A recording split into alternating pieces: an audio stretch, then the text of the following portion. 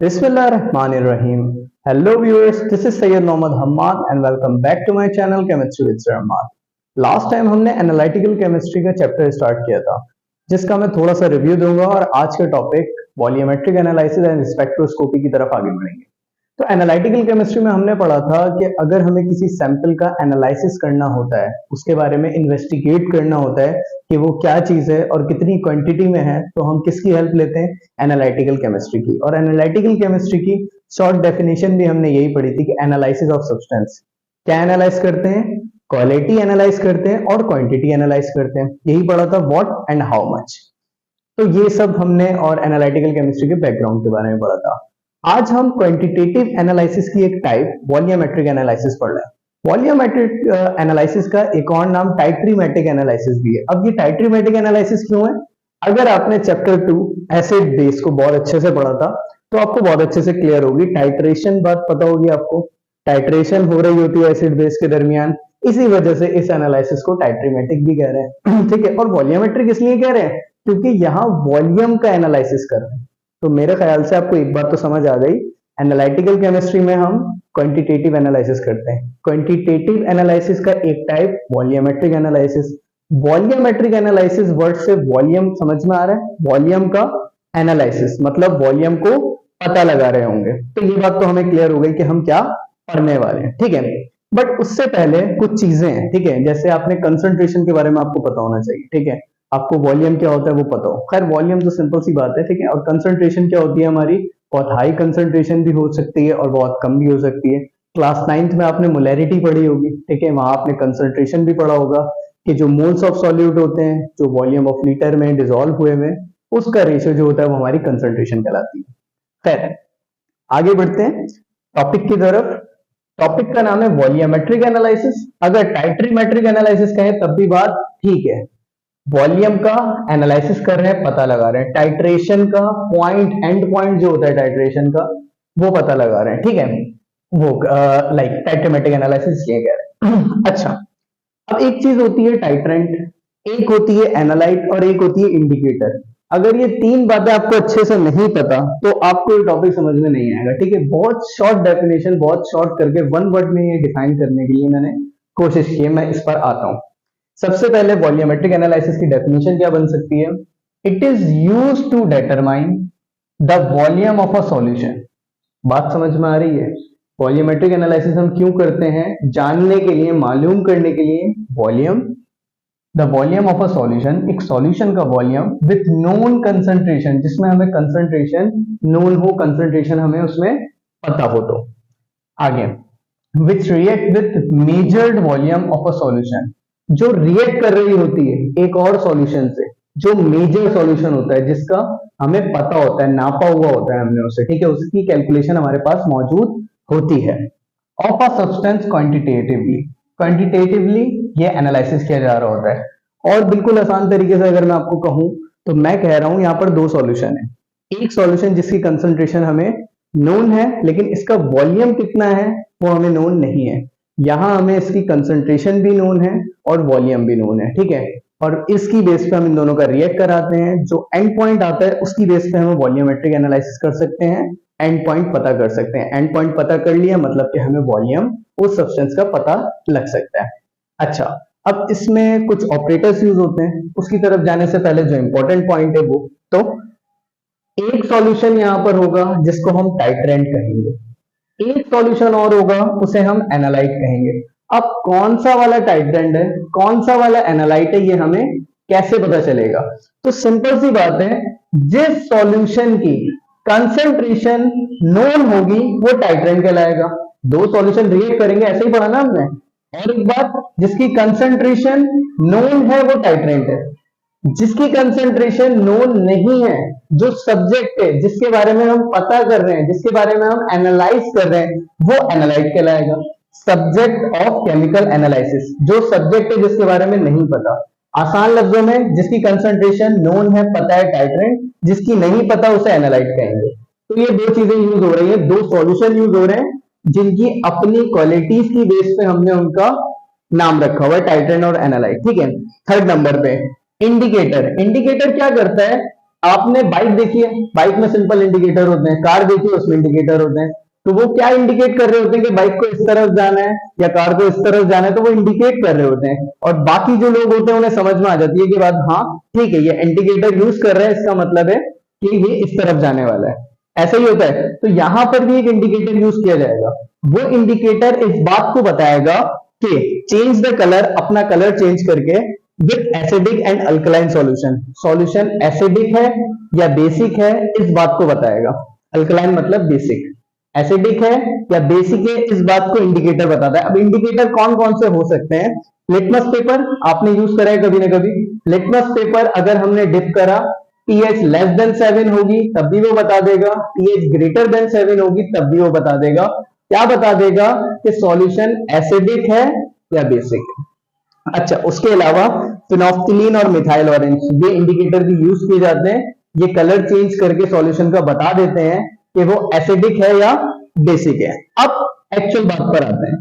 तो जब आप ये प्रैक्टिकल भी है, ये वॉल्यूमेट्रिक एनालिसिस का प्रैक्टिकल भी है आपका, और सेकंड और थर्ड है, हाँ उसमें बस जो है आपके कंपाउंड चेंज है, बाकी प्रैक्टिकल यही है। तो इसमें आप क्या करते हो? इसमें आप एक ब्यूरेट यूज करते हो।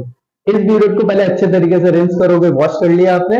वॉश करने के बाद आपको जैसे एक चीज की क्वांटिटी पता है, जैसे सोडियम हाइड्रोक्साइड बेस है, आपको इसकी कंसंट्रेशन नोन है। मैं लिख देता हूं यहां पर कि NaOH की कंसंट्रेशन हमें नोन है, ठीक है।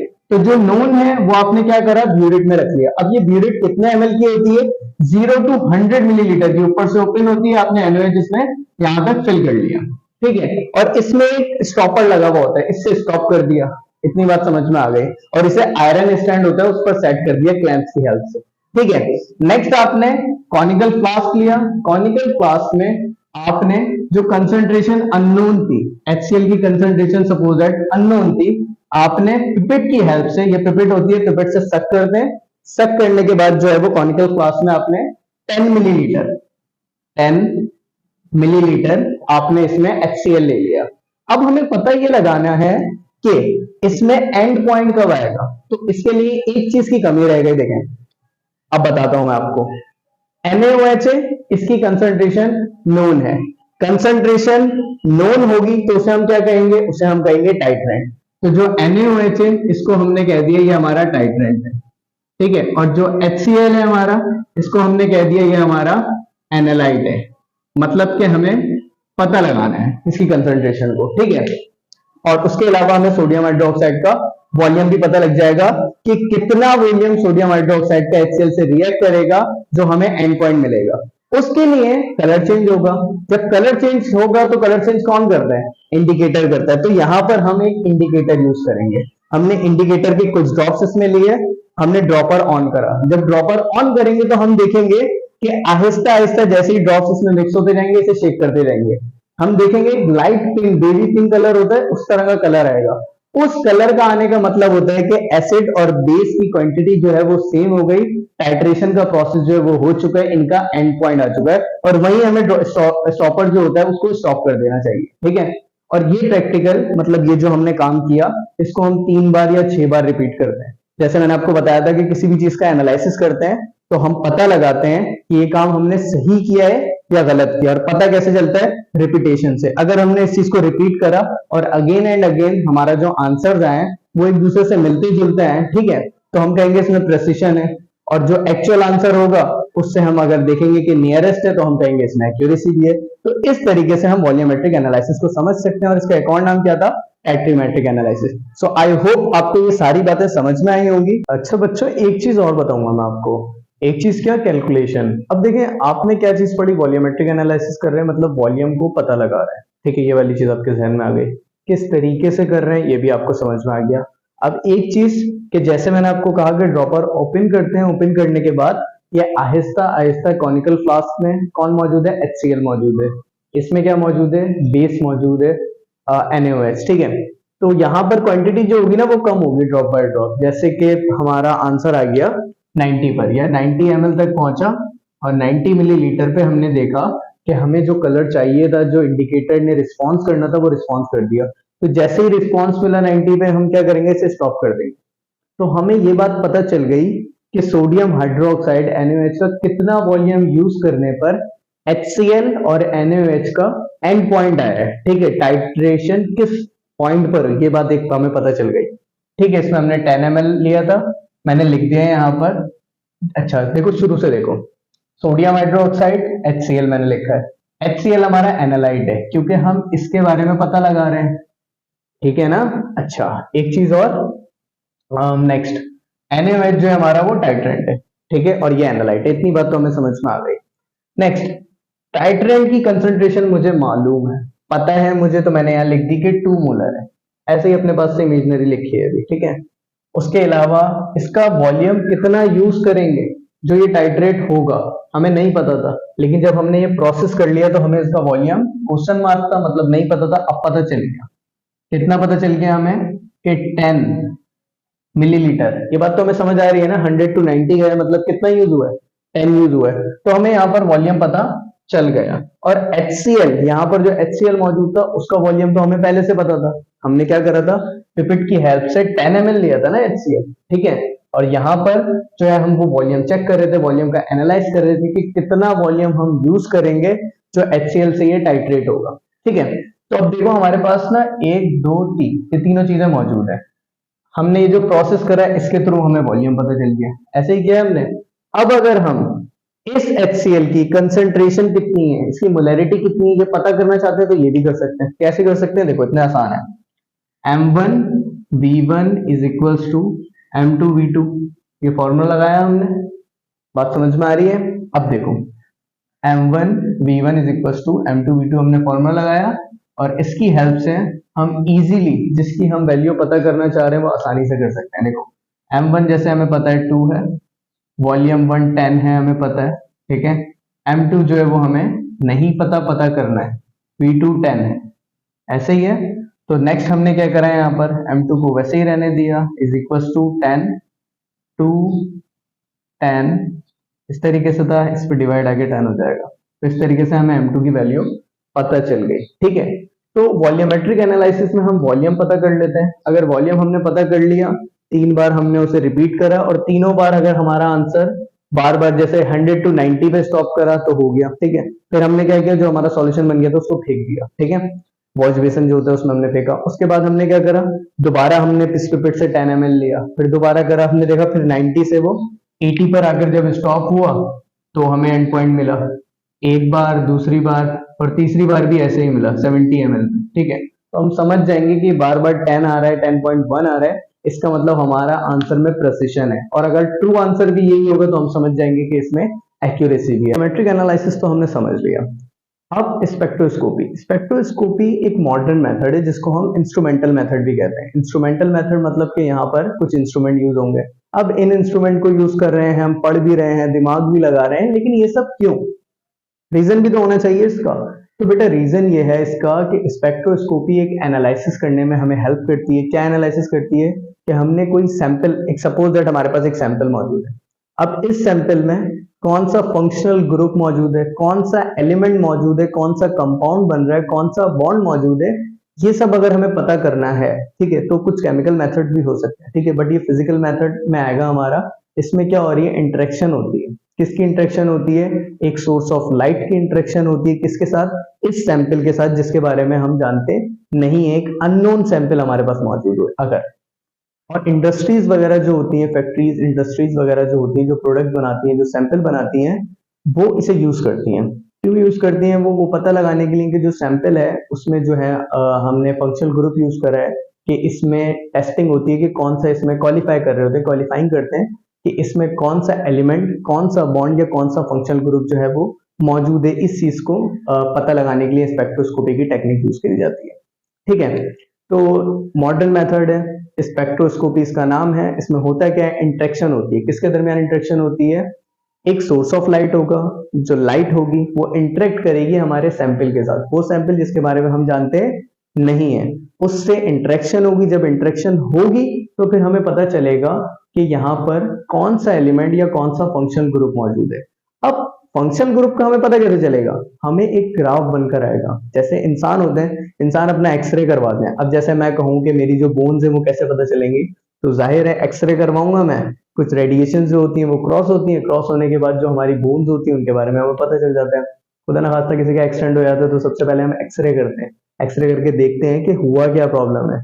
तो वो एक काम करते हैं हम, इसी तरीके से हर फंक्शनल ग्रुप है, जैसे मैंने यहाँ 2 फंक्शनल ग्रुप के नाम लिख रखे हैं कि जैसे कार्बोनाइल है, कार्बोनाइल आपने चैप्टर 3 में पढ़ा होगा ऑर्गेनिक केमिस्ट्री में, कार्बोनाइल फंक्शनल ग्रुप, इसकी रेंज है 1650 से 1800 तक, एक रेंज है इसकी, ठीक है, इसकी वेवलेंथ की।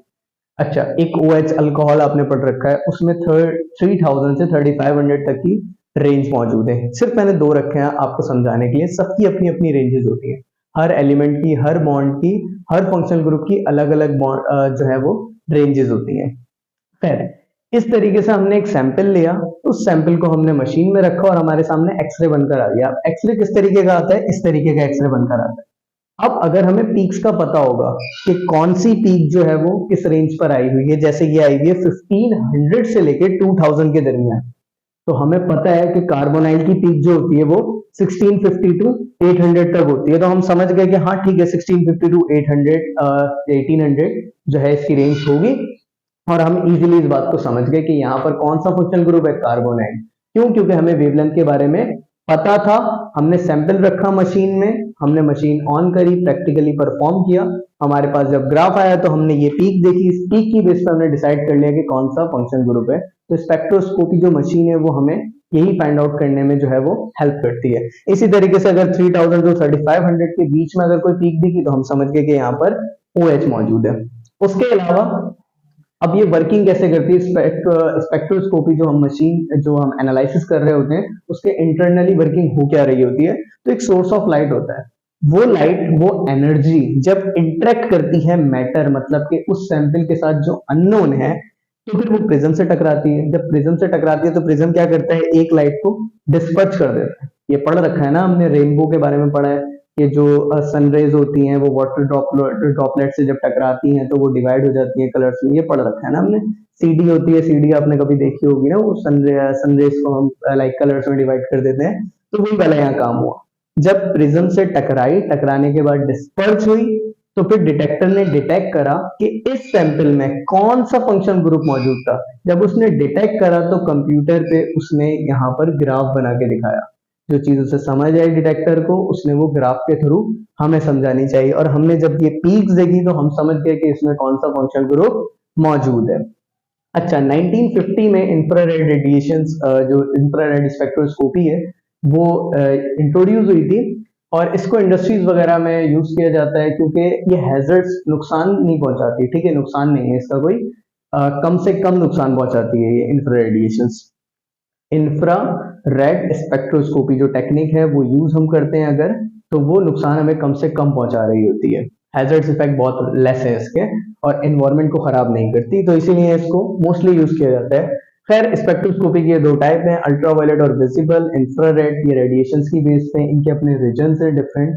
अच्छा, इनकी रेंज है, रेंज जो है वो अच्छे से ध्यान में रखें, एमसीक्यूज बन सकता है, 192 से 900 नैनोमीटर तक इसकी रेंज होती है, ठीक है। और इंफ्रारेड स्पेक्ट्रोस्कोपी जो है, इसका एक और नाम वाइब्रेशनल स्पेक्ट्रोस्कोपी, ठीक है, क्योंकि जो मॉलिक्यूल होता है ऑर्गेनिक, जब हम उसको रखते हैं तो वो एनर्जी को एब्जॉर्ब करता है, और जो एब्जॉर्ब इनफ एनर्जी एब्जॉर्ब करता है जितनी उसे करनी होती है, देन फिर वो वाइब्रेशन पैदा करता है, इसीलिए इसे वाइब्रेशनल स्पेक्ट्रोस्कोपी भी कहते हैं। इसी तरीके से अल्ट्रावायलेट जो है इसे इलेक्ट्रॉनिक स्पेक्ट्रोस्कोपी भी कहते हैं। ये सब एमसीक्यूज बता रहा हूं मैं। 192 से 900 नैनोमीटर तक इसकी रेंज हो सकती है, और इसकी रेंज 4000 से 625 सेंटीमीटर इनवर्स तक इसकी रेंज हो सकती है।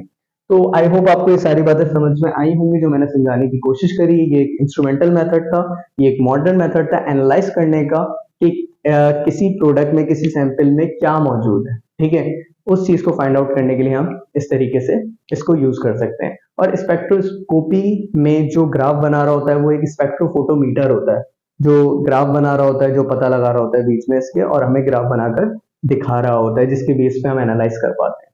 तो थैंक यू सो मच।